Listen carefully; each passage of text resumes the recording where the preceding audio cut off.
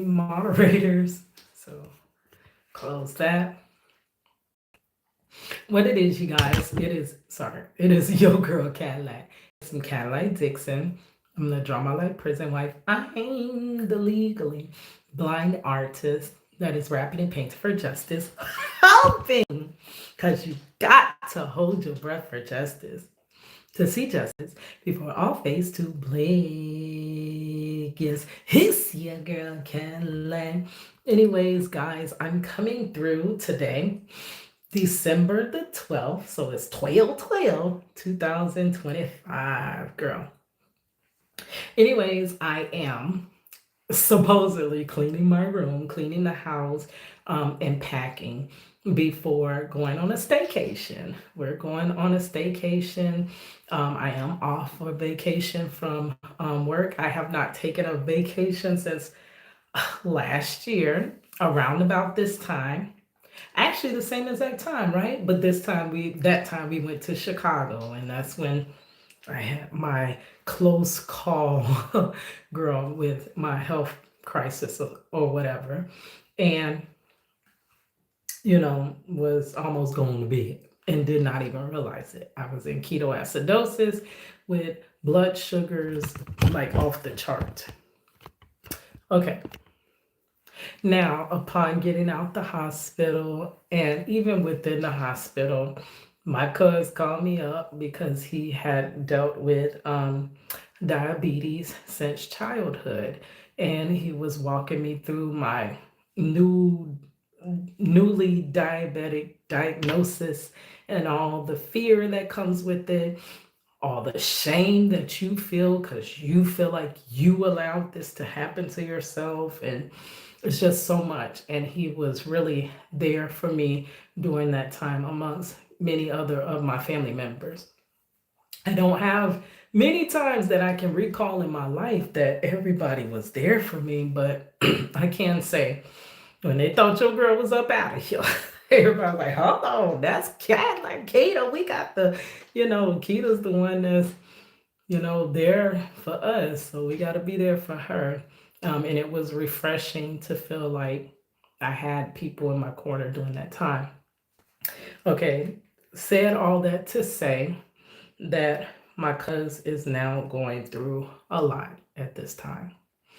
He's been going through a lot.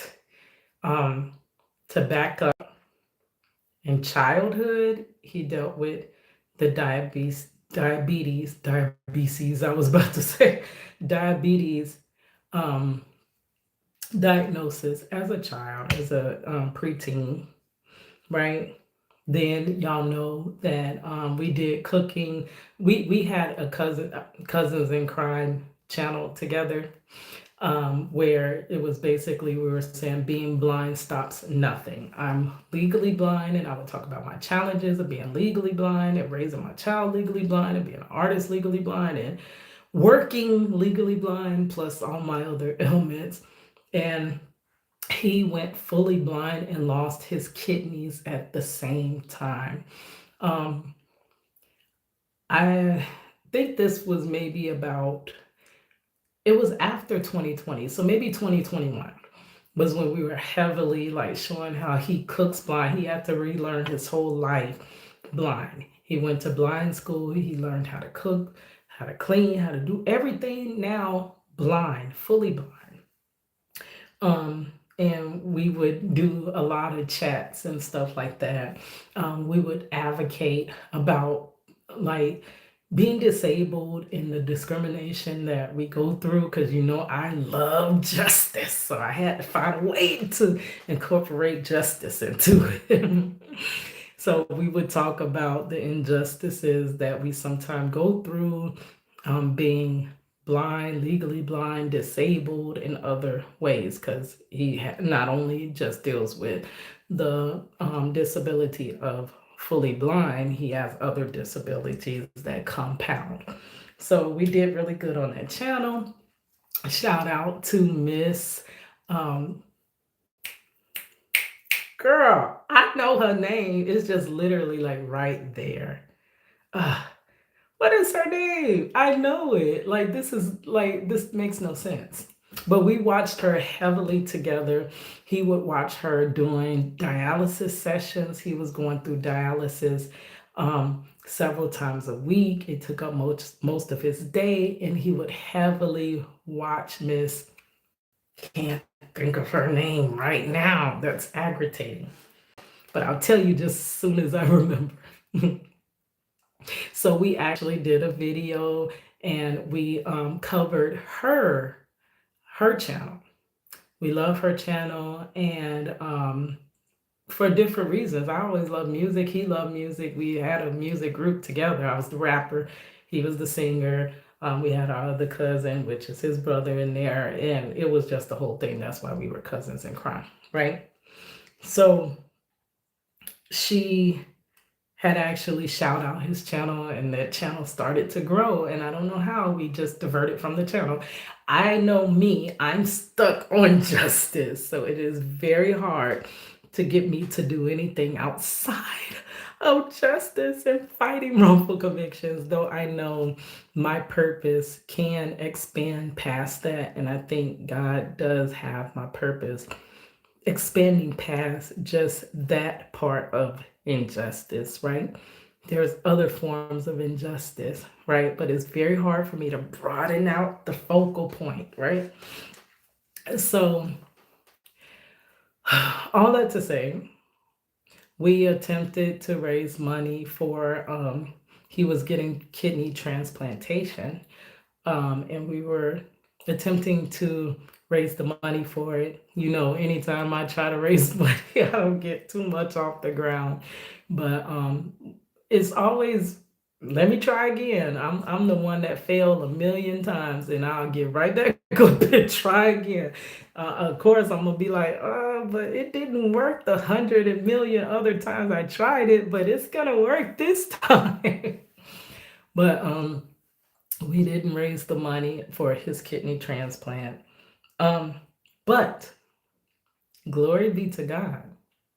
See, the Lord surpasses monetary. Money is what man uses to judge in this realm, right? The lack of money in this realm makes you not anything, and we can do injustice to you, or you don't deserve the best of this health care can provide because you lack money. Like, man judges that way. God completely judges the opposite. So therefore, I would say the poorest of us most likely are the closest to God, and mostly his, like, favored by him, right? The poorest of us, the least of us, the least of those, right? Most likely are the ones that are favored by the Most High, because they are not favored by man.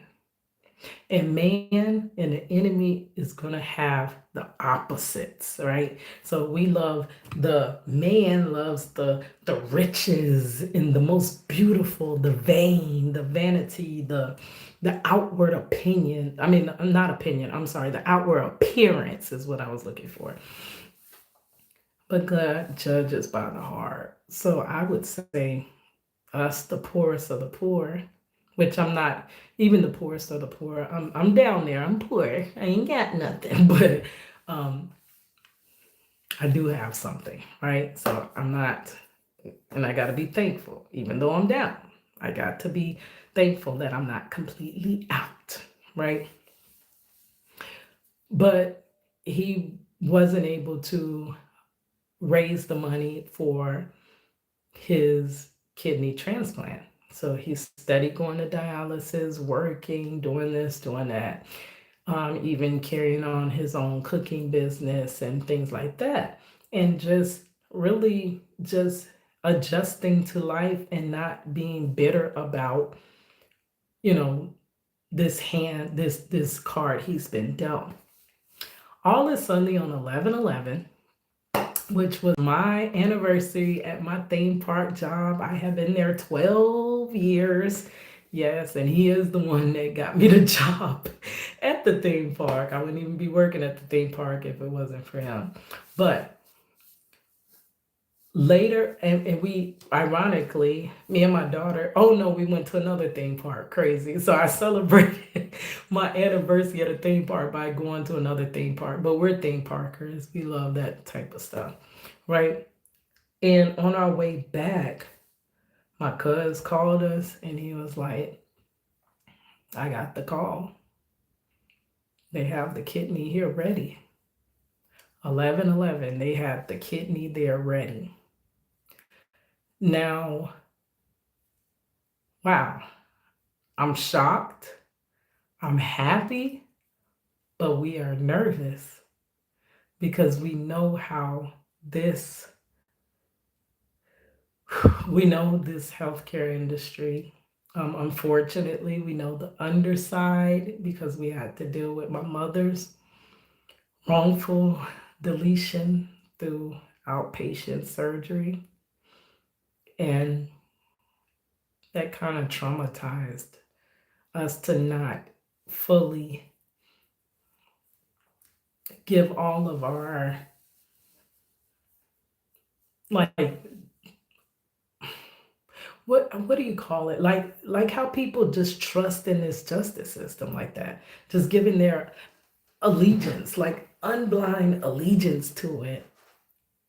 I also learned the hard way you cannot give your undying allegiance allegedly to the healthcare industry.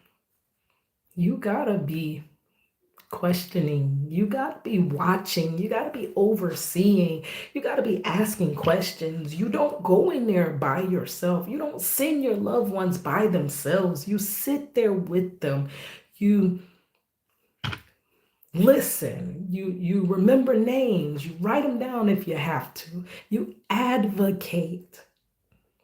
Because unfortunately, though this is a just society, we're not always treated the same, allegedly, within certain systems, justice system, healthcare system.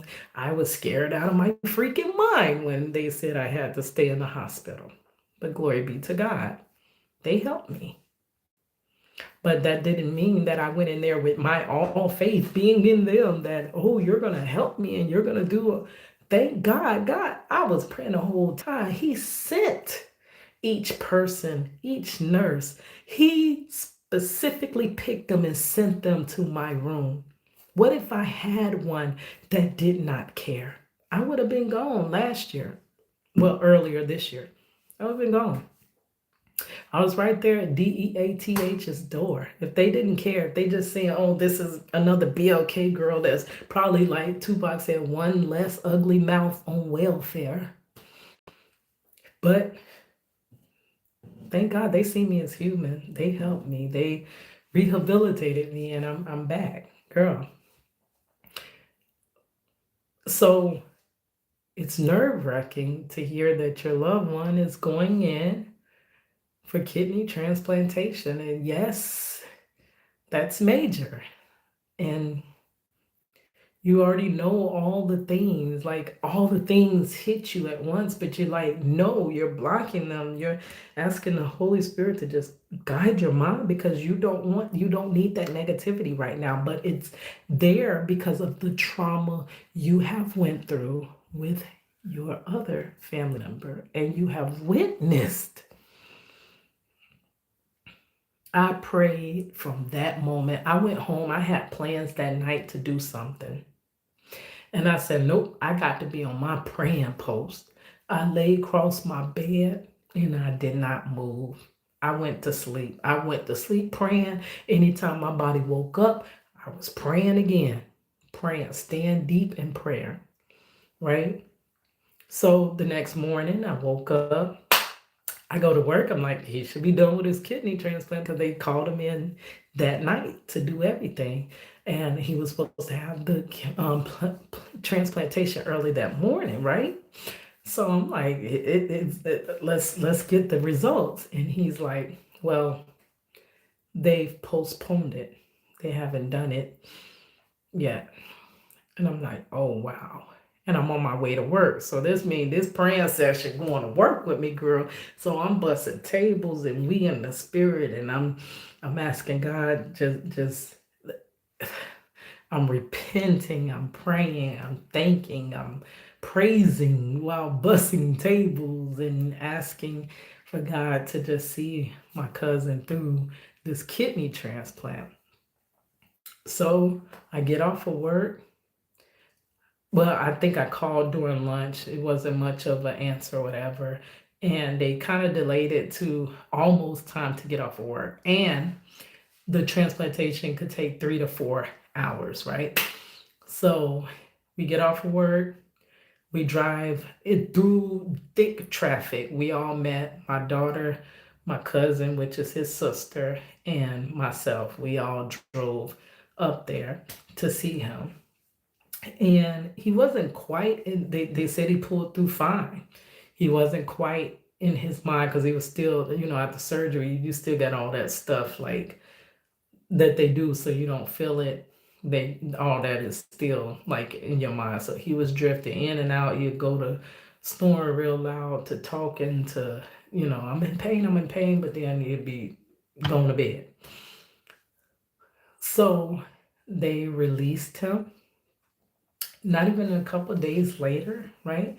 Said he was fine, he's good. He has not been in dialysis since. Dialysis took up a big majority of his life. But even with that dialysis taking a big chunk of his life, he still found time to have family events, to work. He still works, he still did everything, right? Squeezing it into the margins of time left after dialysis. I myself don't think I could even, and I don't even want to say that because that's when it happens. Remember when I said don't never say never, so we ain't gonna even finish that thought, but don't think I could do it. So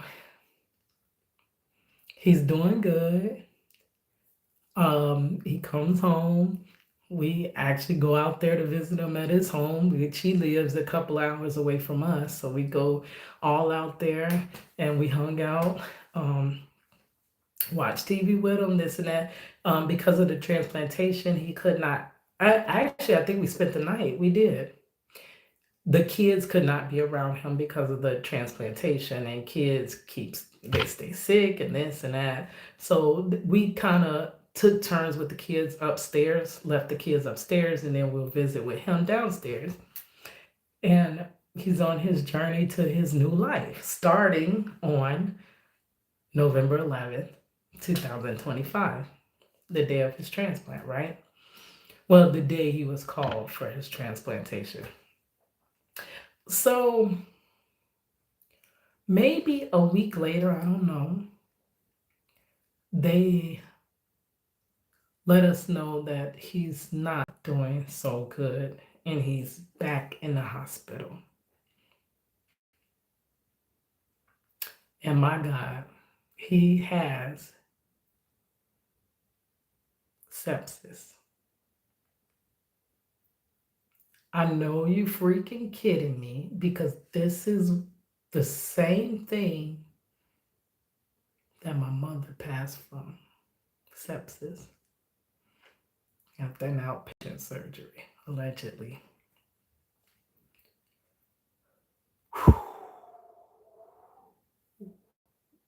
I'm glad I never left prayer, but it's time to get back on my face. Back on my face, back in that bed, back to just, okay, God, I know you did not have him go through all of this kidney transplantation just for this. So I know this is just the opposition, the enemy trying to make you let go of knowing that your loved one is healed. This is not it. This is not, he's going to get through this, but this is scary because we know what this could be. So they got that under control. He's currently still in the hospital. He's gonna be for a while under care until his wound heals. Um, and we're gonna do he wanted to do a video. He asked me to do a video telling his testimony, right? Because I got into telling my testimony on this channel. I get sidetracked because I keep going back to the justice thing, girl, but I'm just gonna flow with it. So this is justice slash testimony. Girl. So he now is trying to raise money financially because of, this is a hardship. We all live paycheck to no check in this society. And one hospital stay or major illness can set us all the way back. So I am going to read his GoFundMe. And if you feel compelled to donate anything, even if it's $1, we're not rejecting nothing small. If you got 50 cent, girl, 50 cent always make me think of that girl that was like, you want 50 cent? You want? When she was shaming me for food stamps, having food stamps, and she was overcharging me, girl. And you doing all this for 50 cent? Yeah, girl, because I barely got. I have to store it correctly over what I do have. And if what I do have is food stamps, girl, I have to budget them out. And I didn't get a ish load up. But that's what 50 Cent remind me of. But if you got 50 Cent, I do not shame you. Donate 50 Cent, whatever you feel led to. And with doing GoFundMe's, I did the GoFundMe for my husband's legal defense. I know firsthand that any amount helps. And if you can't, one of the biggest things that does help a person advocating or trying to raise funds is actually people sharing, getting the word of mouth. That is the biggest thing in anything you do. If I had the right word of mouth for Project Reach the World, I really think my husband would have been home long time ago. But girl, my daughter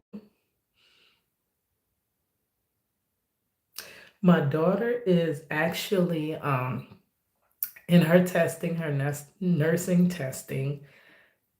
Oh, I'm praying for her to pass this test because, and glory be to God,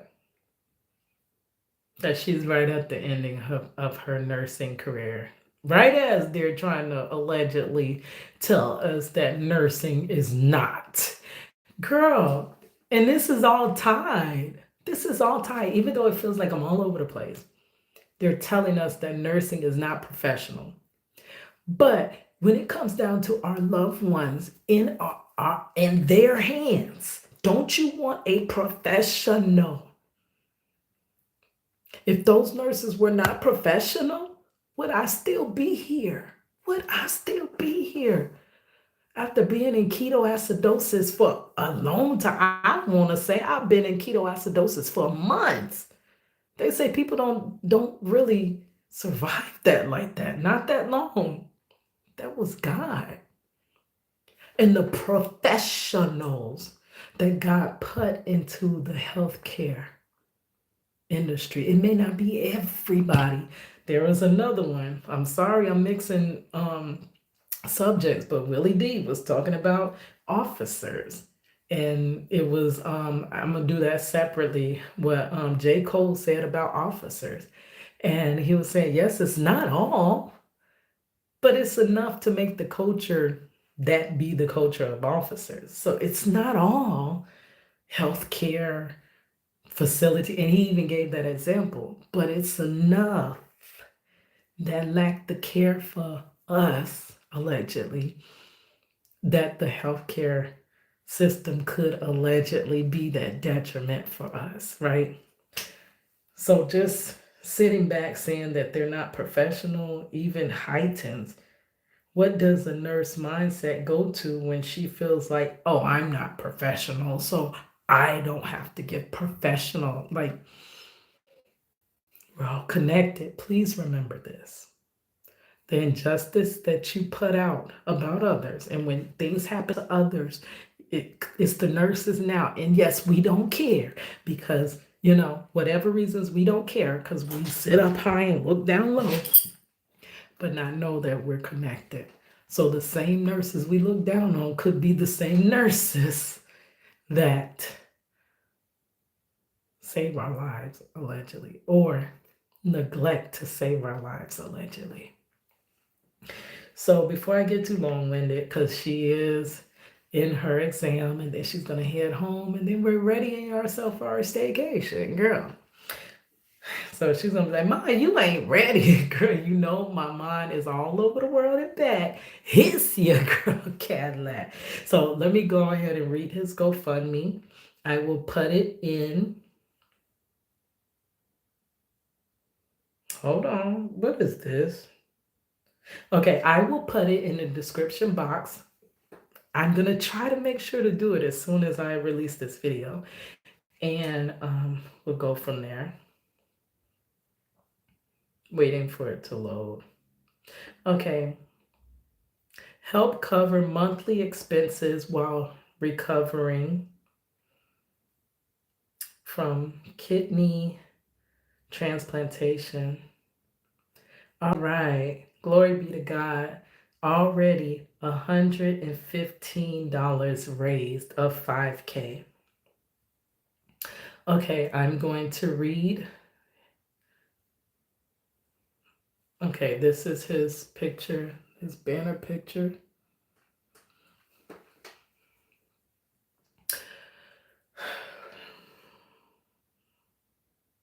Yes, Lord. People are already donating, thank God. I just got paid today, so I could donate something. But we might have to break my donations down into payment arrangements because right now your girl pockets are going to be. So I might donate in increments. Okay. Hello, my name is Tara, and I am a friend of Mike Curtis. If you know Mike, you know he is kind-hearted, resilient, generous, and a wonderful friend. Recently, Mike underwent kidney transplantation that he had been waiting for over a year.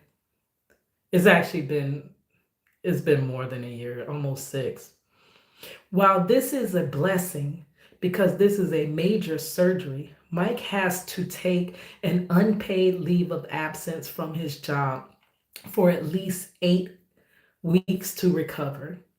Due to the intensiveness of the surgery, Mike is extremely limited while recovering, and he also is visually impaired. So his husband, JC, also has to take an unpaid leave of absence from his job to be a full-time caregiver to Mike. Since I've known Mike, he has never hesitated to help out anyone in need. And right now, he and his husband are in need of help. This fundraiser is to help them to be able to afford regular monthly expenses and daily needs, as well as additional expenses incurred from having to travel back and forth because the place is far from where they live. But when they say that kidney ready, girl, you got to get to where that kidney ready at, girl. Okay. Okay, to afford regular monthly expenses and daily needs, as well as additional expenses incurred from having to travel back and forth to medical appointments while neither are able to work. All donations go directly to Mike and JC and will be used for their living expenses and necessities. Any amount is appreciated. Girl, I told you, even that 50 cents is appreciated. If you have other ways you'd like to help out or donate, please feel free to send a private message. Thank you. Well, It'll be linked in the description. So I'm guessing that messaging process will be linked to the GoFundMe. All right. So there we go. Thank you guys for listening. Thank you guys for supporting. You've always supported me, my husband, and my family. So I appreciate you guys. So please check out his GoFundMe. Share on your Facebook. I don't even got Facebook no more like that, but share on your Facebook. As soon as I get my TikTok back up, I'm gonna be sharing on TikTok. And I'm gonna be dropping that little donation in increments, small increments, girl. All right. He's your girl Cadillac.